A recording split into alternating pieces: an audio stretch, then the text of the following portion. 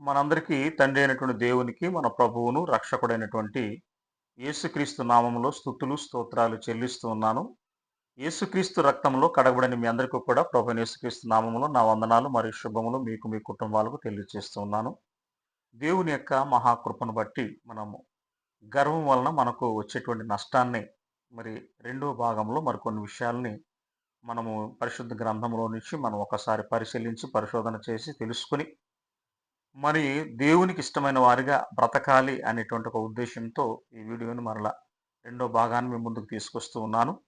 రెండవ దినవృత్తాంతముల గ్రంథం రెండవ దినవృత్తాంతముల గ్రంథం 32వ అధ్యాయము 25, 26 వచనాలని దయచేసి మనం చదువుకుందాం ప్రియులరా.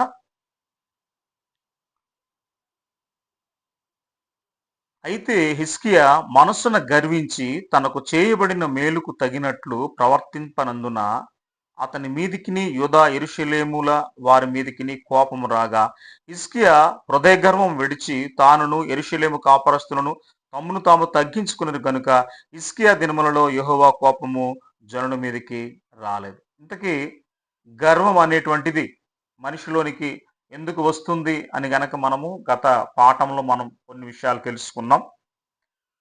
ఇక్కడ హిజ్కియాకి ఎందుకు ఇక హృదయంలో గర్వం వచ్చింది అని గనక మనం ఆలోచన చేసినట్లయితే పరిశుద్ధ గ్రంథములో తన పక్షంగా దేవుడు ప్రభావాన్ని చూపించటం, రెండవది తన పట్ల పొరుగు దేశాలు చూపుతున్నటువంటి ఒక గౌరవం, మూడవది తనకు అంతులేనటువంటి ఐశ్వర్యం ఉండడం మూలంగా హృదయములో ఇక్కడ హిజ్కియా గర్వించినట్లుగా మనం చూస్తూ ఉన్నాం పిల్లరా. అంటే ఒక ఐశ్వర్యం వలన చాలా ఎక్కువ మందిలో ఈరోజు ఈ గర్వం అనేటువంటిది వస్తూ ఉన్నది ప్రియులరా. ఈ గర్వం అనేది మనలో ఉండకూడదని దేవుడు చెప్తూ ఉంటున్నాడు. కనుక ఈ యొక్క ఐశ్వర్యం వలన తర్వాత ఎందుకంటే తన పట్ల పొరుగు దేశాలు మరి చూపిస్తున్నటువంటి గౌరవాన్ని బట్టి తన పక్షంగా దేవుడు ప్రభావాన్ని చూపటం మూలంగా హిజ్కియా హృదయములో అతడు గర్వించినట్లుగా మనం చూస్తూ ఉంటున్నాం పిల్లలు. అందుకనే మన హృదయములో, మన మనస్సులో, మన ఆలోచనలో, మన తలంపుల్లో గర్వము లేకుండా మనం బ్రతకాలి, గర్వము లేకుండా మనం జీవించాలని దేవుడు పరిశుద్ధ గ్రంథములో మనకు చాలా స్పష్టంగా వివరణ ఇస్తూ ఉంటున్నాడు ప్రియులారా. చూద్దాం పరిశుద్ధ గ్రంథములో కీర్తనల గ్రంథము 40వ అధ్యాయము 4వ వచనంలో మనం చూడగలిగినట్లయితే, కీర్తనల గ్రంథము 40వ అధ్యాయము 4వ వచనం అండి. 40వ అధ్యాయము 4వ వచనంలో చూడబడినటువంటి మాటను మనం చూడగలిగినట్లయితే వ్రాస్తూ ఉన్నటువంటి మాట, గర్విష్ఠులనైనను త్రోవ విడిచి అబద్ధముల తట్టు తిరుగువారినైనను లక్ష్య పెట్టక యెహోవాను నమ్ముకున్నవాడు ధన్యుడు. అంటే గర్విష్ఠుల వలె మనము ఉండకూడదు అని దేవుడు చెప్పాడు పిల్లరా. ఎందుకంటే ఈ గర్వము మన పతనానికి నాంది. ఈ గర్వం ఎప్పుడైతే మనలో చోటు చేసుకుంటుందో మనలో పతనం అనేటువంటిది ప్రారంభమైపోతూ ఉంది పిల్లరా. శారీరకంగా, లోక సంబంధంగా మనిషి అభివృద్ధి చెందుతున్నానని ఆశపడుతున్నాడు, కానీ ఈ ఐశ్వర్యాన్ని బట్టి, ఈ ధనాన్ని బట్టి, ఈ గర్వించటం మూలంగా ఆత్మీయంగా పతనావస్థకు అతడు చేరుకుంటున్నాడు అనేటువంటి విషయాన్ని మనం తెలుసుకోవాలి పిల్లరా. అందుకనే మనము పరిశుద్ధ గ్రంథంలో చూస్తున్నాము, గర్విష్ఠుల వలె మీరు ఉండకూడదు అని దేవుడు మనకు చాలా స్పష్టంగా చెప్పాడు. ఏదైతే వద్దన్నాడో దానిని పనిగట్టుకుని చేసేటువంటి పరిస్థితిలో ఇవాళ క్రైస్తవుడు బ్రతుకుతున్నటువంటి మరి జీవిస్తున్నటువంటి దశలో మనము దేవుని యొక్క మాటలు చాలా జాగ్రత్తగా మనము మరి వినాలి అనేటువంటి విషయాన్ని మనం తెలుసుకుందాం ఇవాళ. ఎందుకంటే నాలో గర్వం ఉన్నది, నీలో గర్వం ఉన్నదా మనం చెప్తున్నప్పుడు నాలో గర్వం ఉన్నదా నీకు ఎలా తెలుసు అని చాలా మంది అడుగుతూ ఉంటారు ప్రియులారా. ఎందుకంటే ఈ యొక్క ధనాన్ని బట్టి, లేకపోతే మన బలాన్ని బట్టి, ఇంకా చాలా విషయాల్లో మనిషి వాళ్ళ గర్వాంధుడైపోతున్నాడు, గర్విష్ఠుడుగా బ్రతుకుతూ ఉన్నాడు. అయితే ఇదిగో దేవుడు ఒక మంచి విషయాన్ని పరిశుద్ధ గ్రంథంలో మనతో వ్రాస్తూ ఉంటున్నాడు. చూడగలిగినట్లయితే ఆయన నిన్ను ఎలా చూస్తాడు, నన్ను ఎలా చూస్తాడు, నిన్ను ఎలా ఎరుగును, గర్వంతో ఉన్నావని నన్ను ఎలా ఎరుగును అనేటువంటి తెలుసుకుంటాడు అనేటువంటి విషయాన్ని మనం తెలిస్తే, కీర్తన గ్రంథము మరి 138వ అధ్యాయము, కీర్తనల గ్రంథము 138వ అధ్యాయము 6వ వచనాన్ని మనం చూడగలిగినట్లయితే ప్రియులారా, 6వ వచనములో, యెహోవా మహోన్నతుడైనను ఆయన దీనులను లక్ష్య పెట్టును, ఆయన దూరము నుండి గర్విష్ఠులను బాగుగా ఎరుగును అంటున్నాడు. ఆయన దూరము నుండి గర్విష్ఠులను బాగుగా ఎరుగును. ఎందుకంటే నీలో గర్వం ఉన్నదని తండ్రి అయిన దేవునికి తెలుసు. నాలో గర్వం ఉన్నదని తండ్రి అయిన దేవునికి తెలుసు. ప్రపంచంలో ఉన్న ప్రతి ఒక్కరిలో కూడా ఉన్నటువంటి గర్వము తండ్రి అయిన దేవునికి తెలుసు. అందుకనే ఆయన దూరము నుండి గర్విష్ఠులను బాగుగా ఎరుగును. అంటే నువ్వు గర్విష్ఠుడుగా ఉన్నావో లేదో ఆయనకు తెలుసా? ఎస్, ఆయనకు తెలుసు. పక్కవాళ్ళు ఒకవేళ తెలుసుకోలేకపోవచ్చు, మన బంధువులు తెలుసుకోలేకపోవచ్చు, మన మిత్రులు తెలుసుకోలేకపోవచ్చు కొన్ని విషయాల్లో. కానీ ఇదిగో నిన్ను నన్ను ఈ లోకానికి పంపించినటువంటి తండ్రి అయిన దేవునికి సమస్తమును తెలుసు. అందుకని ఆయన దూరము నుండి గర్విష్ఠులను బాగుగా ఎరుగును, తెలుసుకుంటూ ఉన్నాడు. నీ పరిస్థితి ఎలా ఉందో నా పరిస్థితి ఎలా ఉందో, నీ ఆత్మీయ స్థితి ఎలా ఉందో నా ఆత్మీయ స్థితి ఎలా ఉందో ఈ పరిశుద్ధ గ్రంథంలో ఉన్న ఈ మాటలను చదువుకుని మనం పరిశీలించుకుందాం, పరిశోధన చేసుకుందాం. వాక్యానుసారంగా మనం బ్రతకడానికి ప్రయత్నం చేద్దాం. దేవునికి ఇష్టలుగా బ్రతకడానికి మనము ప్రయత్నం చేద్దాం, ప్రయాసపడదాం ప్రియులరా. మనం చూడగలిగినట్లయితే రెండవ సమూయేలు గ్రంథం 22వ అధ్యాయము, 22వ అధ్యాయము 28వ వచనం అండి. 22వ అధ్యాయము 28వ వచనం. శ్రమపడు వారిని నువ్వు రక్షించదవు, గర్విష్ఠులకు విరోధివై వారిని అణిచివేసేదవు అంటున్నాడు. అంటే గర్విష్ఠులను, ఎందుకంటే గర్వముతో ఉన్నటువంటి వారిని అణపశక్తుడు ఆయన తప్పకుండా వాళ్ళను అణిచివేస్తాడు అని దేవుడు ఇక్కడ లేఖనములో చాలా స్పష్టంగా మనతో మాట్లాడుతున్నాడు. ఎందుకంటే గర్వపు మాటలు నీ నోట రానియవద్దు అని దేవుడు చెప్తున్నాడు. ఇక్కడ ఒక విషయాన్ని మనం జ్ఞాపకం చేసుకోగలిగితే, ఇదే మొదటి సమూయేలు గ్రంథం 17వ అధ్యాయంలో, మొదటి సమూయేలు గ్రంథం 17వ అధ్యాయము, మొదటి సమూయేలు గ్రంథం 17వ అధ్యాయము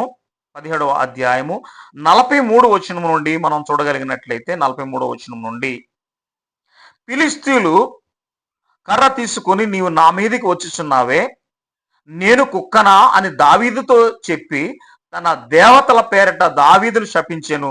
నా దగ్గరకు రమ్ము, నీ మాంసమును ఆకాశ పక్షులకును భూమృగములకును ఇచ్చివేతునని ఆ ఫిలిష్తీయుడు దావీదుతో అనగా, దావీదు నువ్వు కత్తెయు ఈటయు బల్లెమును ధరించుకొని నా మీదకి వచ్చుచున్నావు. అయితే నీవు తిరస్కరించిన ఇశ్రాయేలుల సైన్యములకు అధిపతిగా యెహోవా పేరిట నేను నీ మీదకి వచ్చుచున్నాను. ఈ దినమున యెహోవా నిన్ను నా చేతికి అప్పగించును. నేను నిన్ను చంపి నీ తల తెగవేతును. ఇశ్రాయేలులో దేవుడున్నాడని లోక నివాసులందరూ తెలుసుకున్నట్లు నేను ఈ దినమున ఫిలిష్తీయుల యొక్క కళేబరములకు ఆకాశ పక్షులకును భూమృగములకును ఎత్తును అని దావీదు ఈ గొలియాతుతో చెప్తున్నాడు. ప్రియులారా, గొలియాతు ఎలా మాట్లాడుతూ ఉన్నాడంటే, ఏం చెప్తున్నాడంటే, నేను కుక్కన. అంతకుముందు మనము చూడగలిగినట్లయితే పరిశుద్ధ గ్రంథములో మనము చుట్టూ పారచూసి దావీదు కనుగొని అతడు బాలుడై ఎర్రటి వాడును. తర్వాత మనం చూస్తున్నప్పుడు ఇక్కడ మరి అంటున్నాడు, ఎందుకంటే నేను చిన్న కర్ర తీసుకుని వస్తున్నావు, నేనేమైనా కుక్కనా అని అతను అక్కడ మాట్లాడుతూ ఉన్న విధానాన్ని మనం చూస్తున్నాం. అయితే ఇదిగో నేను చెప్తున్నాడు, యెహోవా పేరట నేను నీ మీదకి వచ్చుచున్నాను. ఈ దినమున యెహోవా నిన్ను నా చేతికి అప్పగిస్తానన్నాడు. దేవుడు ఇచ్చినటువంటి బలాన్ని బట్టి, దేవుడిచ్చిన శక్తిని బట్టి ఇదిగో ఆ దినాన్ని గొలియాతును నేల కొరిగిలా చేశాడు. తన ప్రాణం మరి పోయింది పిల్లరా. అందుకని ఇక్కడ చెప్తున్నాడు, గర్విష్ఠులను ఆయన అణిచివేసేది, గర్విష్ఠులను ఆయన అణిచివేస్తాడట పిల్లరా. కనుక చెప్తున్నాడు, మనము గర్వంగా ఉండకూడదు. మనం గర్వంగా ఉంటే తప్పకుండా దేవుడు మనల్ని అణిచివేసేటువంటి కార్యక్రమాన్ని పెట్టుకుంటాడు పిల్లరా. కాబట్టి గర్వంతో మనం ఉండకూడదు, గర్వంతో మనం జీవించకూడదు, గర్వంతో మాట్లాడకూడదు, గర్వాంధులై మనము బ్రతకకూడదు అని దేవుడు స్పష్టంగా తన యొక్క గ్రంథంలో మనకు చెప్తున్నాడు. ఏమండి, చాలా మందిలో ఇవాళ ఈ గర్వాన్ని మనం చూస్తూ ఉంటున్నాం, గర్విష్ఠులుగా ఉంటూ ఉన్నారు. కానీ పిల్లరా, మనం చూస్తే ఈరోజు ఎవరో పని కట్టుకుని నిన్ను తగ్గించేదేం లేదు, ఎవరో పని కట్టుకుని నిన్ను ఒకవేళ ఏదో మూలన పడేస్తున్నారనో, లేకపోతే ఎందుకు పనికి రాకుండా నన్ను చూస్తున్నారనో ఇలాంటి మాటలు మాట్లాడుతూ ఉన్నప్పుడు పిల్లరా, ఎందుకంటే ఎవరి పతనానికి వారే కారకులు పిల్లరా. ఎవరు పగబట్టి లేకపోతే ఎవరు పనిగట్టుకుని నిన్ను టార్గెట్ చేసి నిన్నెవరు నాశనం చేయరు భూమి మీద. ఈరోజు మన పతనానికి కారణం మనమే. మనలో ఉన్న ఆలోచనలే, మనలో ఉన్న తలంపులే, మనలో ఉన్నటువంటి గర్వమే మనల్ని పతనానికి తీసుకొని వెళుతుంది. అందుకని ఇక్కడ చూస్తే పరిశుద్ధ గ్రంథములో ప్రియులారా, మనము సామెతల గ్రంథం సామెతల గ్రంథం 29వ అధ్యాయము, సామెతల గ్రంథం 29వ అధ్యాయము 29వ అధ్యాయము ప్రియులారా, 23వ వచనం చూద్దాం. 23వ వచనం చెప్తున్నాడు, ఎవరి గర్వము వానిని తగ్గించును. ఎవని గర్వము వానిని తగ్గించును అంటే నీలో ఉన్న గర్వమే నిన్ను పతనావస్థకు తీసుకుని వస్తూ ఉంది. నీ పతనానికి నువ్వే కారకుడవు. ఎవరు నీ పతనానికి ఇతరుల కారణం కాదు, కారకులు కాదని ఇది గుర్తు పెట్టుకోవాలి. అదే చెప్తున్నాడు, ఎవని గర్వము వానిని తగ్గించును. మనలో గర్వం ఉన్నదంటే పతనావస్థకు మనం వెళ్ళిపోతామని గుర్తుపెట్టుకోవాలి. వినయ మనస్కుడు ఘనత నందును. ఎంత వినయంగా ఉంటే మనము ఘనత పొందేటువంటి అవకాశం ఉంది. అందుకని గర్వముగా మాట్లాడవద్దు. గర్విష్ఠులు, ఎందుకంటే మనము అసహ్యమైనటువంటి వారము దేవునికి. దేవుడు మెచ్చుకునే జీవితం నీలో ఉండాలి. దేవుడు మెచ్చుకునే ఆలోచన నీలో ఉండాలి. దేవుడు సంతోషించే క్రియలు నువ్వు చేయగలగాలి ప్రియులరా.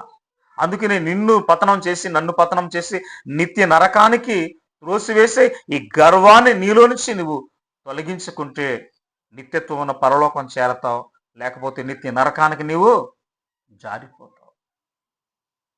అదే దేవుడు చాలా స్పష్టంగా నీకు నాకు వివరిస్తూ ఉంటున్నాడు. ఒకవేళ నువ్వు గర్వంగా ఉంటే దేవుడు నిన్ను ప్రేమిస్తాడా? నేను గర్వంగా ఉంటే నన్ను ప్రేమిస్తాడా? ప్రపంచంలో ఉన్న ఒక్కరు గర్వంతో ఉంటే దేవుడు మనల్ని ప్రేమిస్తాడా? అసలు మన పరిస్థితి ఏంటి ఒకసారి పిల్లరా చూద్దాం. ఒకసారి ఇర్మియా గ్రంథం 50వ అధ్యాయము, ఇర్మియా గ్రంథము 50వ అధ్యాయం 31వ వచనం. ఇర్మియా గ్రంథం 50వ అధ్యాయము 31వ వచనంలో ఉన్నటువంటి భాగాన్ని మనం చూడగలిగినట్లయితే ప్రియులారా, ప్రభువును సైన్యములకు అధిపతిగా యెహోవా వాక్కు ఇదే, గర్విష్ఠుడా నేను నీకు విరోధినై ఉన్నాను. అంటే ఎవరైతే గర్వంగా ఉంటారో వారికి దేవుడు విరోధముగా ఉంటాడంట. ఏమంటే దేవుడికి మనము విరోధమైన క్రియలు చేసి విరోధమైనటువంటి వాటిని మనలో ఉంచుకొని దేవునికి ఇష్టమైన జీవితాన్ని మనం జీవించలేము. గర్విష్ఠుడా నేను నీకు విరోధినై ఉన్నానంటే ఈ గర్వం వలన దేవుడు మనకు దేవునికి మధ్యలో విరోధం అనేది వచ్చేస్తుందండి. మన మధ్యలో ఏమొచ్చేస్తుంది? ఈ గర్వం వలన దేవునికి మనకి ప్రియులారా విరోధం అనేది వస్తుంది. అంటే దేవునికి ఇష్టడై విశ్వాసాన్ని బట్టి దేవునికి ఇష్టడుగా బ్రతకడం అనేటువంటిది సాధ్యపడేటువంటి అవకాశం. కానీ నీలో ఉన్నటువంటి ఈ ఒక్క లక్షణం, ఈ ఒక్క గర్వాన్ని బట్టి ఇదిగో గర్విష్ఠుడా నేను నీకు విరోధినై ఉన్నాను అంటున్నాడు. అంతే.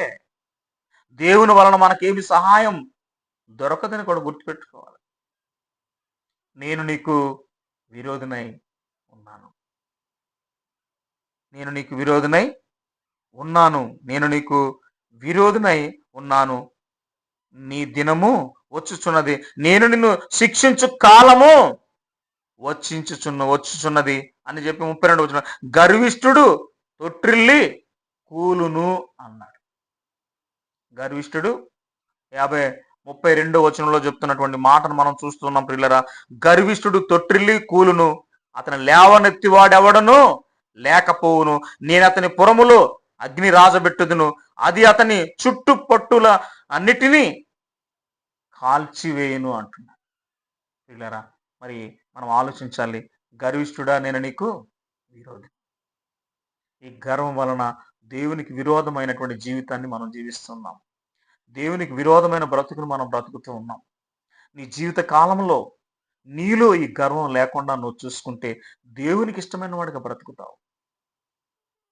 ఈ గర్వం వలన మన బంధువులకు, మన మిత్రులకు, మన శ్రేయోభిలాషులకు, మన గృహస్థులకు, మన ఇంటి వారికి ప్రతి ఒక్కరికి మనం విరోధ భావం అనేటువంటిది వచ్చేస్తుంది. ఆ మాటలను బట్టి, ఈ గర్వం అనేటువంటి దానిని బట్టి ఇదిగో విరోధ భావం ఏర్పడుతుంది. దేవుడే చెప్పాడు, గర్విష్ఠుడా నేను నీకు విరోధిని అని చెబుతూ గర్విష్ఠులు తొట్టిల్లి కూలుదురు. ఎందుకంటే వాక్యంలో చెప్పాడు,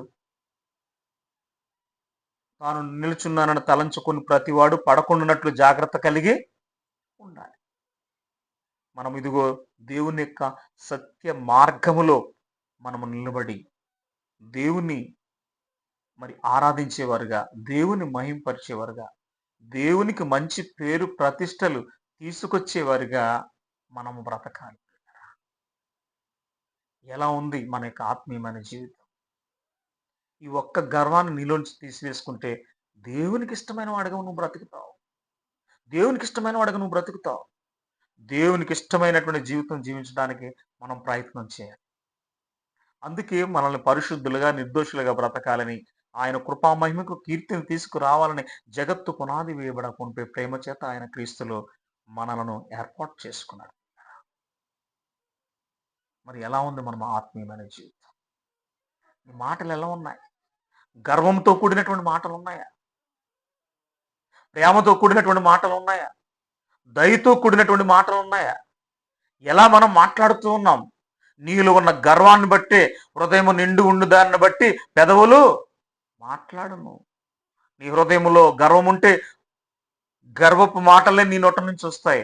నీ హృదయంలో ప్రేమ ఉంటే ప్రేమ కలిగిన మాటలే నీ నుండి వస్తాయి. నీలో దయ ఉంటే నీ హృదయంలో దయ ఉంటే దయ కలిగిన మాటలే వస్తాయి. ఇది నన్ను ప్రపంచ మానవాళిని సర్వనాశనం చేస్తూ ఉంది. నిత్య నరకానికి తులసివేసే భయంకరమైనటువంటి ఈ ఒక్క లక్షణం, గుణాన్ని మనలో నుంచి మనం తీసివేసుకుంటే దేవునికి ఇష్టమైన వారిగా మనం బ్రతకడానికి, మారిపోవడానికి అవకాశం ఉంటుంది పిల్లలు. అందుకనే గర్విష్ఠులు తొట్టిల్లి కూలును అంటున్నాడు. గర్విష్ఠులు తొట్టిల్లి కూలిపోయేటువంటి ప్రమాదం ఉండదు. అందుకని తాను నిల్చున్న తలంచుకుని ప్రతివాడు పడకుండానట్లు జాగ్రత్త కలిగి ఉండాలి. ఈ పరిశుద్ధ గ్రంథాన్ని మనం చదువుతూ ఉన్నాం, దేవునికి ప్రార్థన చేస్తూ ఉన్నాం. మరి మన ఆత్మీయమైన జీవితం ఎలా ఉందో మనం పరిశీలించుకోవాలి, మనం పరిశోధన చేసుకోవాలి. దేవునికి ఇష్టమైన వారిగా మనం బ్రతకడానికి ప్రయత్నం చేయాలి. అందుకనే సామెతల గ్రంథం పిల్లరా, సామెతల గ్రంథం 21వ అధ్యాయము, సామెతల గ్రంథం 21వ అధ్యాయము 4వ వచనం అండి. సామెతల గ్రంథం 21వ అధ్యాయము 4వ వచనం చూద్దామా? 21వ అధ్యాయం 4వ వచనం పిల్లరా, అహంకార దృష్టియు గర్వ హృదయమును భక్తిహీనుల క్షేమమును పాపయుక్తములు. ఒకవేళ నువ్వు గర్వముతో నువ్వు బ్రతుకుతున్నావంటే నువ్వు పాపములోనే ఉన్నావు. పాపయుక్తములు అని చెప్పాడు. పాపయుక్తములు అంటే అహంకార దృష్టి, గర్వ హృదయం, భక్తిహీనుల క్షేమం. అంటే గొలియత్ ఎలా మాట్లాడాడు? అహంకారంతో మాట్లాడాడు ప్రియులరా. గర్వంతో అతను మాట్లాడాడు.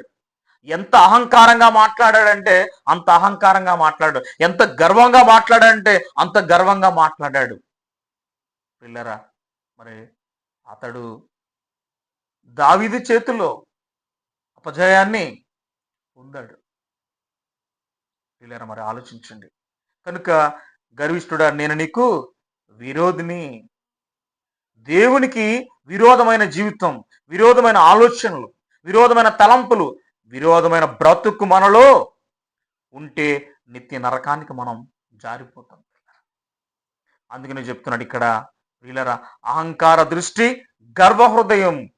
గర్వహృదయమును భక్తిహీనుల క్షేమమును పాపయుక్తములు అన్నాడు. మాట వలన, తలంపు వలన, క్రియ వలన మనము దేవునికి విరోధముగా పాపం చేస్తూ ఉన్నాం. అందుకని చెప్తున్నాడు, పాపం వలన వచ్చే జీతము ఆజ్ఞాతిక్రమమే, పాపం వలన వచ్చే జీతము మరణము అన్నాడు.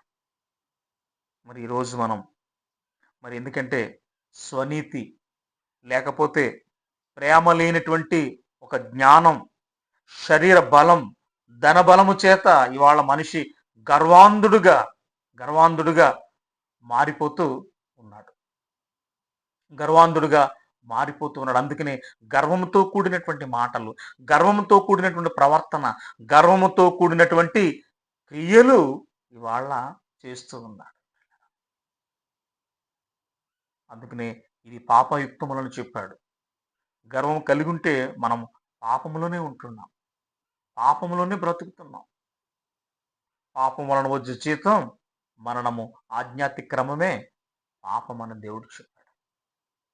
మరి ప్రియులారా, మరి ఇదిగో హిజ్కియా హృదయంలో గర్వించాడు. గర్వం వచ్చేసింది అతనిలోనికి ప్రియులారా. మరి నీలోనికి నాలోని కూడా ఈ గర్వం ప్రవేశించినట్లయితే మన నాశనం. గర్వము మనిషికి సర్వ నాశనం ప్రియులారా, గుర్తుపెట్టుకుని. అందుకనే ఎవరిని గర్వము వానిని తగ్గించును, ఎవరిని గర్వము వానిని అణిచివేస్తూ ఉన్నది ప్రియులారా. మన పతనానికి మనమే కారకులం. ఎవ్వరు మన పతనానికి ఇతరుల కారకులు కానే కాదు. గుర్తుపెట్టుకోండి. అందుకని జాగ్రత్తగా పరిశుద్ధ గ్రంథాన్ని చదువుదాం. ఇందులో ఉన్న విషయాలు తెలుసుకుందాం. ఆత్మీయంగా మనం బలపడదాం. ఆత్మీయంగా ఎదుగుదాం. దేవునికి ఇష్టమైన వారుగా మనం బ్రతకడానికి మనం ప్రయత్నం చేద్దాం. నీ ప్రయత్నంలో దేవుని కృప నీకు తోడై ఉండి ఈ గర్వాన్ని నువ్వు తొలగించుకుంటే దేవుని కృపగా నువ్వు పాత్రుడివై దేవుని కృపను నువ్వు కలిగి దేవునికి ఇష్టమైన వాడిగా బ్రతకడానికి అవకాశం ఉంటుంది. మరి దూరం నుండి గర్విష్ఠులను బాగుగా ఆయన తెలుసుకుంటాడు. మరి గర్విష్ఠుల వలె నేను ఉండకుండా ప్రేమతో, ఆత్మీయత, అనురాగాలతో, ప్రేమ కలిగినటువంటి ఏమండి మనము మాటలతో ఒకరినొకరు మనం మాట్లాడుకొని ఆత్మీయంగా ఎదిగి నిత్యత్వమైన పరలోకంలోకి మనం చేరాలంటే ఇదిగో ఈ గర్వము దానికి ఆటంకంగా ఉన్నది. అందుకు ఈ గర్వాన్ని నీలో నుంచి నీవు తీసివేసుకో. ఈ గర్వమే నిన్ను పతనావస్థకు తీసుకొస్తుంది. మన భాషలో చెప్పాలంటే రోడ్డు మీదకు తీసుకొచ్చేస్తుంది మనల్ని అది. మన బ్రతుకు బస్ స్టాండ్ అనమాట ఒక విధంగా చెప్పాలంటే. ఇక నిత్య నరకానికి జారిపోతాం. యుగయుగాలు అగ్ని ఆరదు, పురుగు చావదు. భయంకరమైన వేదనకు నువ్వు గురవుతావు. మనిషి జీవితం చిన్నది. మనిషి ఆయుష్కాలం 70 సంవత్సరాలు. అధిక బలం ఉంటే 80 సంవత్సరాలు అయినను ఆయాసమే, దుఃఖమే. ఈ చిన్న జీవితంలో నీ యొక్క జీవితంలో నువ్వు దేవునికి ఇష్టమైన బ్రతకడానికి చిన్న జీవితంలో దేవునికి ఇష్టంగా నువ్వు బ్రతకడానికి నువ్వు ప్రయత్నం చేయాలి. అందుకు నువ్వు ప్రేమతో ఆయనకి ఇష్టంగా నువ్వు బ్రతకడానికి ఒక ఆటంకం, ఒక అవరోధం ఈ గర్వం. ఈ గర్వం నీ హృదయంలో రాకూడదు, నీ మనసులోకి రాకూడదు, నీ ఆలోచనలోకి రాకూడదు, నీ తలంపుల్లోకి రాకూడదు. చివరికి నీ దరిదాపులకు రాకుండా ఉంటేనే దేవునికి ఇష్టమైన వారుగా మనం బ్రతుకుతాం.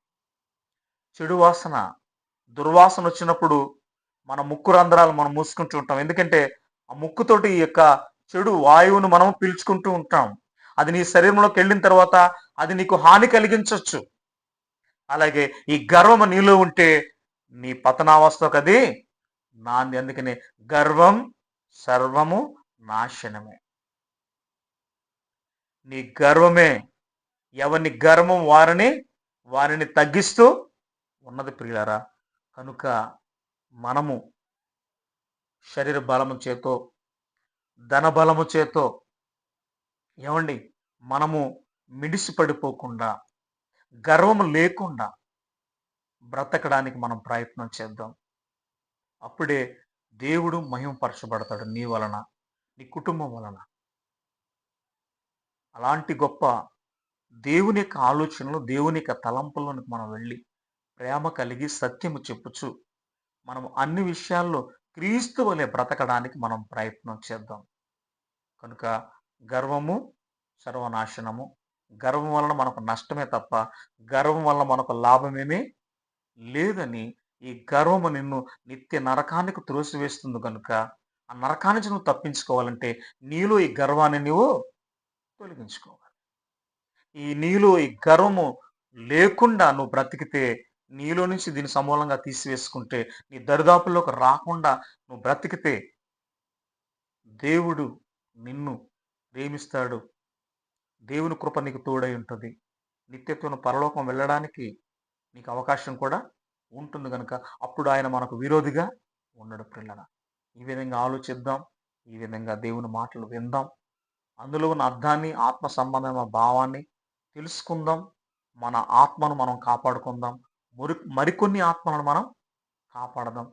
అలా మన ఆత్మను మనం కాపాడుకుంటూ మరికొన్ని ఆత్మలను కాపాడటానికి మనకు అవరోధంగా ఉన్న ప్రతి విషయాన్ని మనం మనలో నుంచి తొలగించుకొని సమూలంగా విసర్జించి తీసివేసుకొని నిత్యత్వను పరలోకం చేరదాం. ఆ రీతిగా తండ్రి అయిన దేవుడు మనందరిని కూడా బలపరిచి, స్థిరపరిచి తన కుమారుడైన యేసుక్రీస్తు రెండవ రాకడకు నడిపించాలని కోరుకుంటూ, గర్వాంధుడివై నిత్య నరకానికి జారిపోతావో, గర్వాన్ని తొలగించుకొని నిత్యత్వను పరలోకానికి వెళ్ళడానికి ప్రయత్నం చేస్తావో ఆలోచించుకో. నిర్ణయం దేవుడు నీ చేతిలోనే పెడుతున్నాడు. నీకు విడిచిపెట్టాడు. గర్వాంధుడివై నిత్య నరకానికి జారిపోతావా? గర్వాన్ని తొలగించుకుని నిత్యత్వన పరలోకం చేరుకుంటావా? ఆలోచించుకో.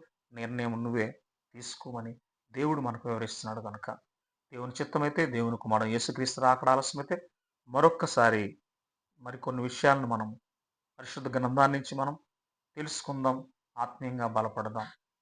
ఈ విధంగా ముందుకు సాగిపోదాం. విన్నటువంటి మనం కేవలం మీరు మర్చిపోకుండా వాక్యానుసారంగా బ్రతికి మరి దేవునికి ఇష్టలుగా మనం బ్రతికి మరి ఈ యొక్క మాటలు మనం హృదయంలో భద్రపరుచుకొని వాక్యానుసారంగా బ్రతికి అందు ద్వారా ఫలించులాగా ప్రభు సహాయం చేయాలని కోరుకుంటూ కొద్ది మాటలను ముగిస్తున్నాడు. కొద్ది మాటలు తండ్రి దేవుడు మన హృదయాల్లో బహుగా ఫలింప చేయను గాక. ఆమెను చిన్న ప్రార్థన చేసుకుందాం. మహాపరిశుద్ధుడ, ప్రేమ నమ్మకం కలిగిన మా ప్రియ పరలోకపు తండ్రి, నీ ఘనమైన నామానికి వేలాది స్తుతులు స్తోత్రాలు తండ్రి. గర్వాంధులు తండ్రి నాయన ఇదిగో మనం గర్వంతో ఉన్నట్లయితే వాళ్ళను అణిచివేస్తానని చెప్పావు. గర్విష్ఠులను దూరంగా ఉంటానని చెప్పావు.